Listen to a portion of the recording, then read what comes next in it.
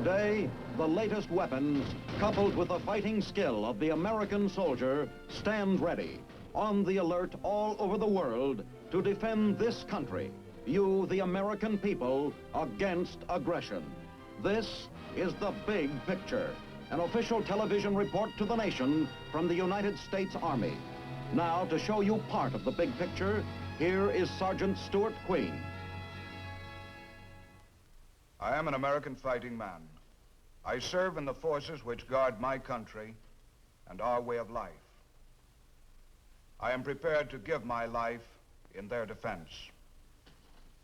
Sergeant Queen has just read the first article of the new Code of Conduct for members of the Armed Forces of the United States. The code is intended as a guide to strengthen the hearts of those American fighting men who may be taken prisoner by the enemy in any future war. For if there is a next war, it'll be a total war in which ideologies, as well as armies, will be in conflict. The war will not end for the soldier taken prisoner. On the contrary, his individual battle to maintain his dignity and his honor as a free man will just be commencing. But let's listen to more of the code, and let's listen closely. I will never surrender of my own free will. If in command, I will never surrender my men while they still have the means to resist. If I am captured, I will continue to resist by all means available. I will make every effort to escape and aid others to escape. I will accept neither parole nor special favors from the enemy. If I become a prisoner of war, I will keep faith with my fellow prisoners. I will give no information or take part in any action which might be harmful to my comrades. If I am senior, I will take command. If not, I will obey the lawful orders of those appointed over me and will back them up in every way. When questioned, should I become a prisoner of war, I am bound to give only name, rank, service number, and date of birth. I will evade answering further questions to the utmost of my ability. I will make no oral or written statements disloyal to my country and its allies, or harmful to their cause. Today, the big picture presents a unique experience. Escape from within an enemy prisoner of war camp. The scenes are recreated, but based on actual experiences.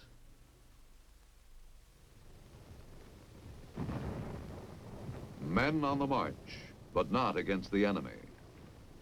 These men are prisoners of war, American soldiers who have been captured by the enemy, now being marched back to a prison camp.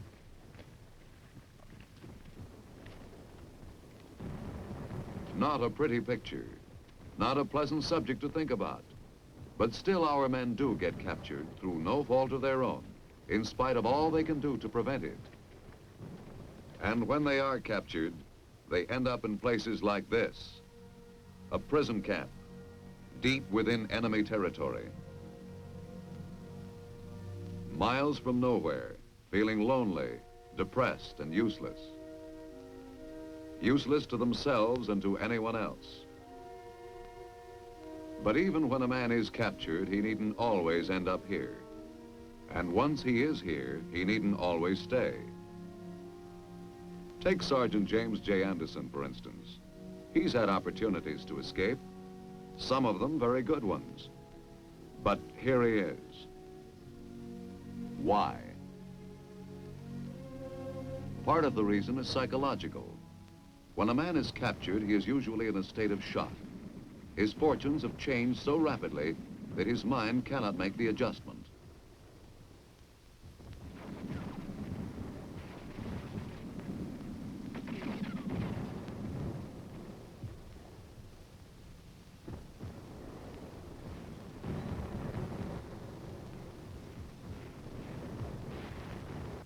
If the odds are ever in favor of the prisoner, it is here, in the midst of frontline area confusion, where everyone, including the guards, is forced to consider his own safety first.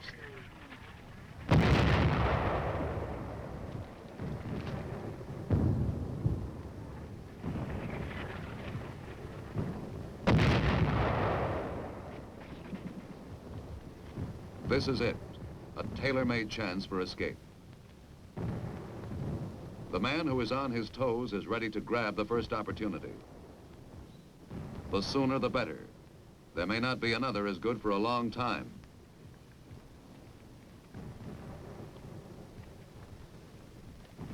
There are always chances for the prisoner who has resolved to escape and is looking for the right moment. The difficulty is that only a few men are psychologically prepared to take advantage of these opportunities when they present themselves. Only a very few. Unfortunately, Sergeant Anderson was not one of them. Looking back, I can remember other opportunities, which I might have seized as well as the next man. There was that sergeant from C Company who was next to me on the march. He was a smart cookie. Stretch out the column. Stretch it out. Stretch out. He really had it figured. As we approached a curve in the road, he got us to stretch out the column because he knew this would momentarily put him out of sight of the rear guards as we went around the curve. When the time came, he knew what to do. He was never missed. Sometimes it's hard to remember how long I've been here. Those guys that made their escape, they must be back in the States by now, eating steak and ice cream and sleeping in beds with clean white sheets. Well, this is hardly a place I'd choose for a vacation.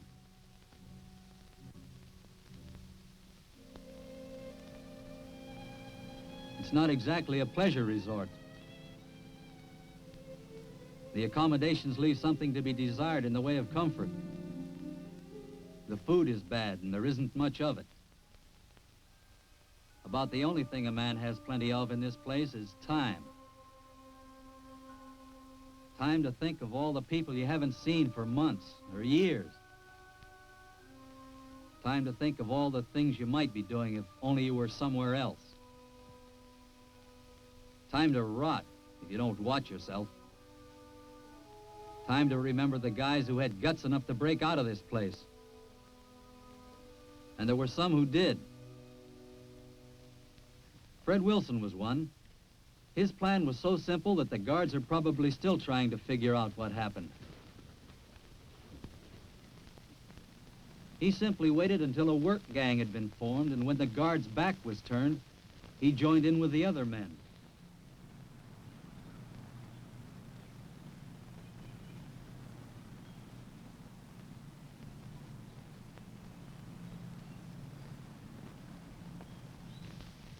In that way, he was able to get outside the gates without being listed on the roster.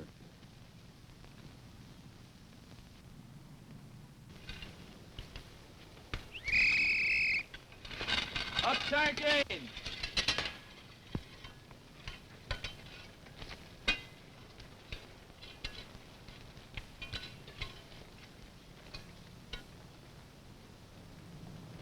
Right. Here. Adams. Kolosky. Here. Smith. Here. Abrams. Here. Green. Here. White. Here. Williams. Here. Addy. Here. Swede. It was customary for a roll call and a head count to be taken by the guards at the end of a day's work. When each man on the list was accounted for, they were ready to march the detail back to the PW compound for the night. Roar it.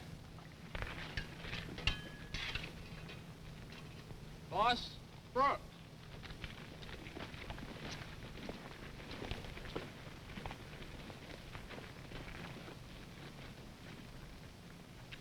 Since Wilson's name was not on the list, he was never missed.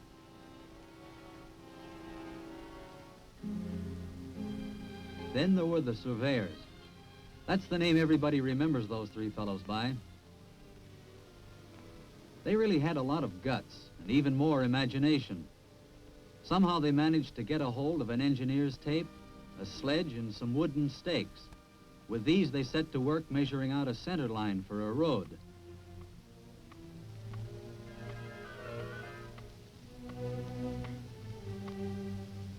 The guards assumed, of course, that they had been told to stake out the area, because they knew that prisoners never did any more work than they had to.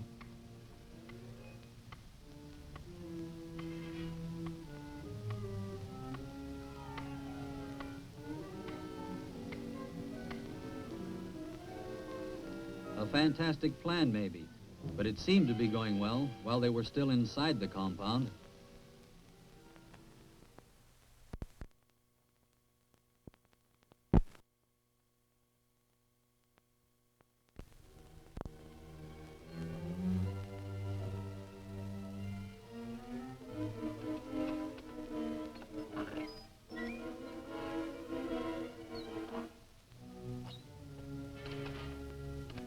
Even the guards at the gate were taken in.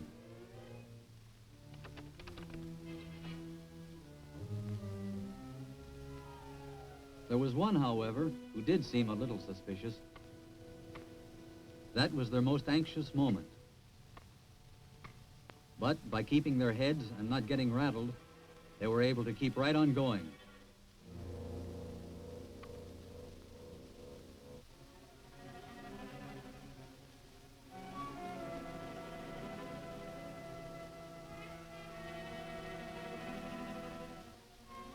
While they were sweating it out, the guards were joking about the prisoners asking them to work.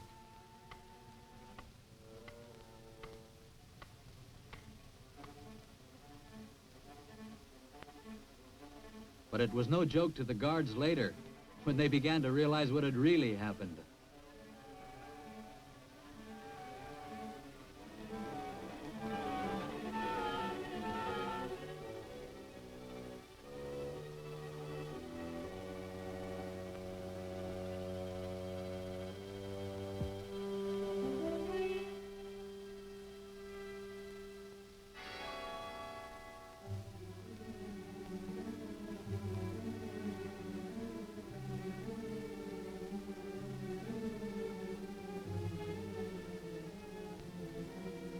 Of course, these escapes had some repercussions. Yakut!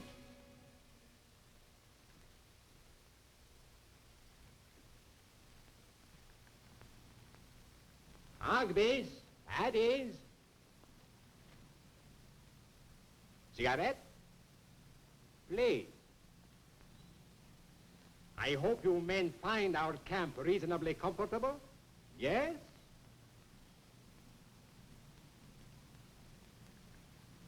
Yes? No.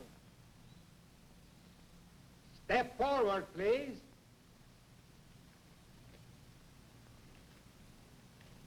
What is the complaint? We need more chow. Chow? What is this? Grub, eat, food. Oh, yes, of course. Your American expressions are so droll. Please make arrangements for more, chow. Any other complaints? Step forward, please.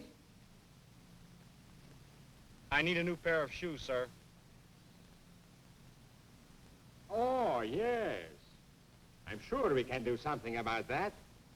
His name, please.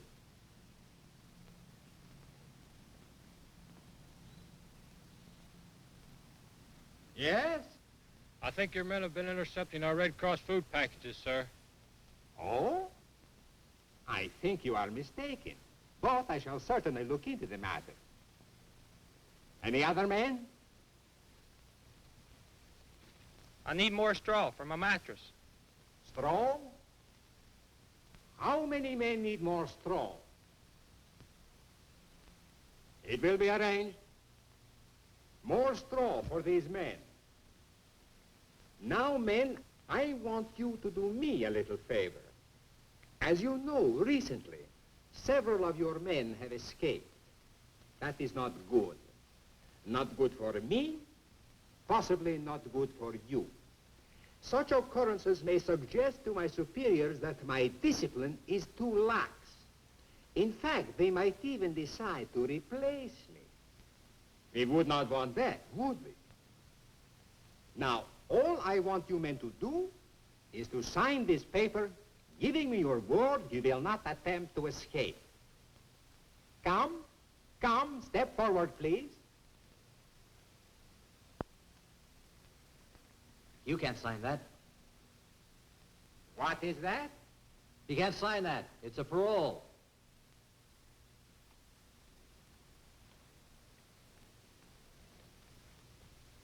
And why can't he sign it?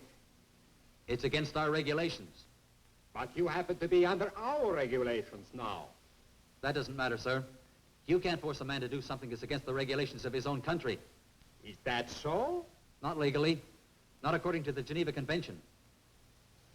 Oh, yes.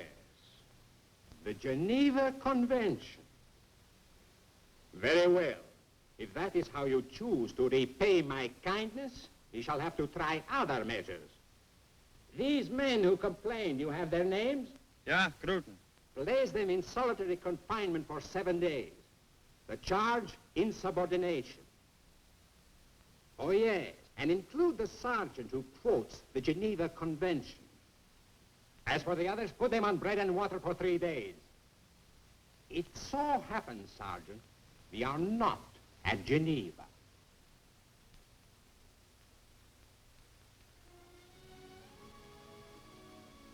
Perhaps it was the punishment, the cruelty and the rank injustice of it, which made me decide that I couldn't stay here any longer. I simply had to get out. All kinds of ideas were running through my mind. Then suddenly it clicked.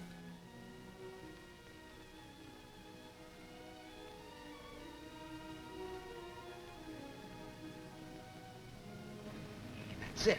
A ladder.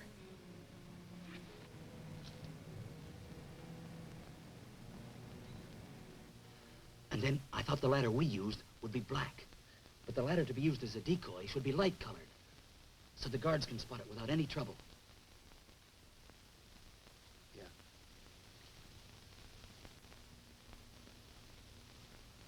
Say, I think I can get one ladder from the tool house. Okay, Tex. Smitty and I will dig up some boards and make the other one.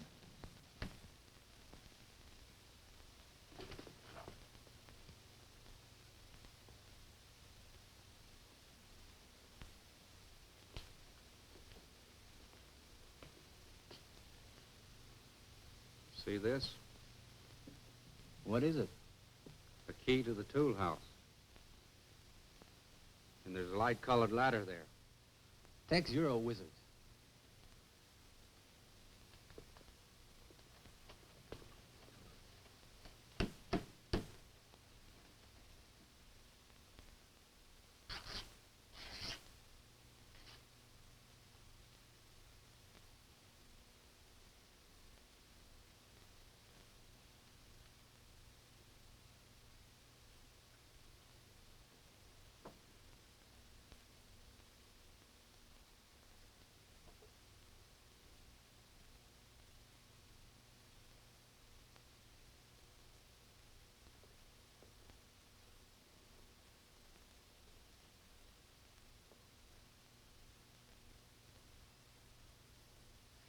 The ladder I can shove back to fall down, so the guards can't tell where we go over the fence.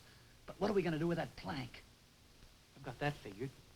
We'll tie a rope to the far end and pull it from the other side when we get out. Yeah, that'll get rid of it. That'll work fine.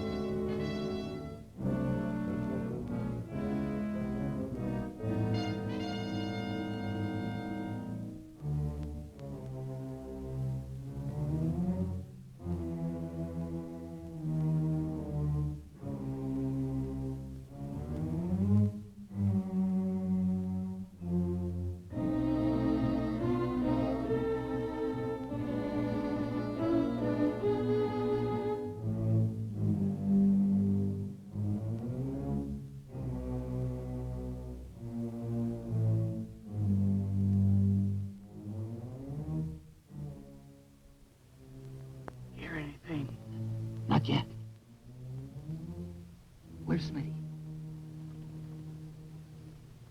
He's ready. Hope Jones doesn't have any trouble with that ladder.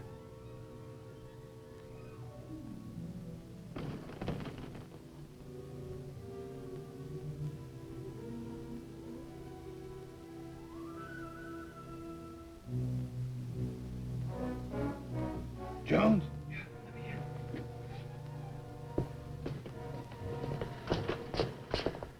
Ladder's up. Good. All right, you guys, let's have some noise. Hey,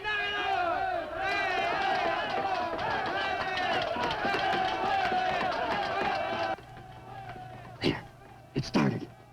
Yeah.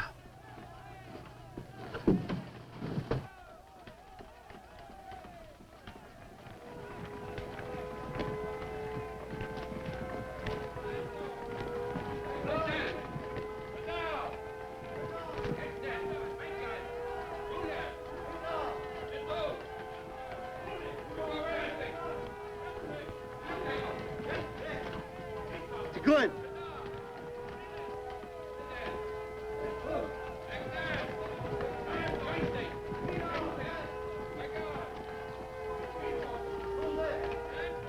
Okay. Okay, let's go. We got it made.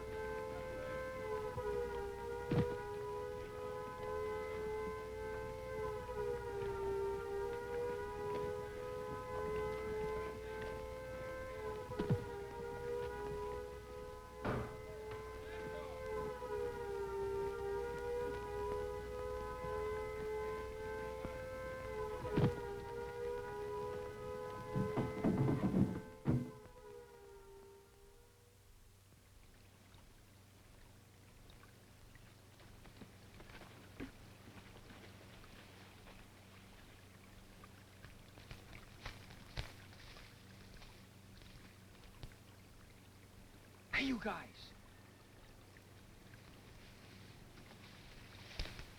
It's Smitty. Boy, you sure gave us a turn. Pretty good, huh? Yeah. You look just like a native. Here, put these on. Where'd you get them? Swiped them from a farm about a mile back.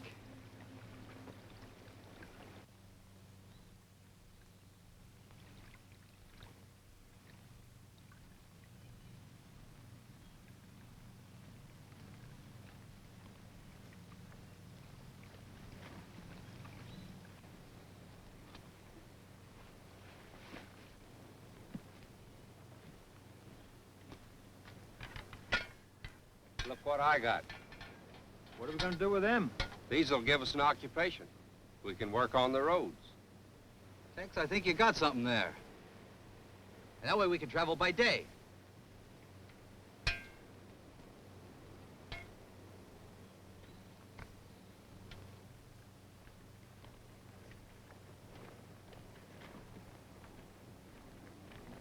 Watch it.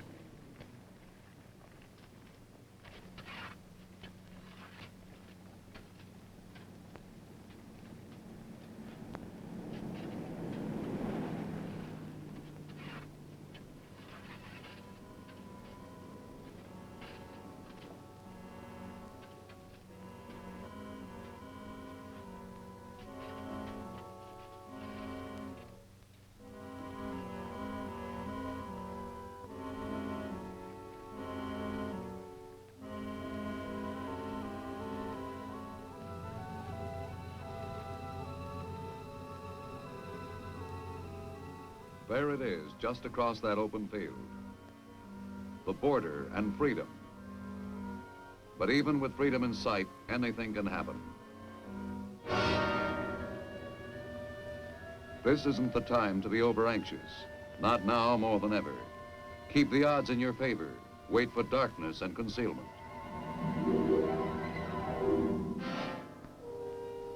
This is the moment every man taken prisoner hopes for.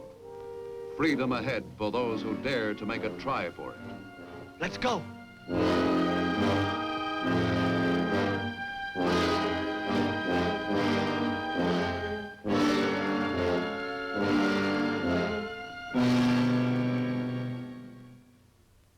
I will never forget that I am an American fighting man, responsible for my actions and dedicated to the principles which made my country free. I will trust in my God and in the United States of America. The Big Picture is a weekly television report to the nation on the activities of the Army at home and overseas. Produced by the Signal Corps Pictorial Center. Presented by the United States Army in cooperation with this station. You too can be an important part of the big picture. You can proudly serve with the best equipped, the best trained, the best fighting team in the world today, the United States Army.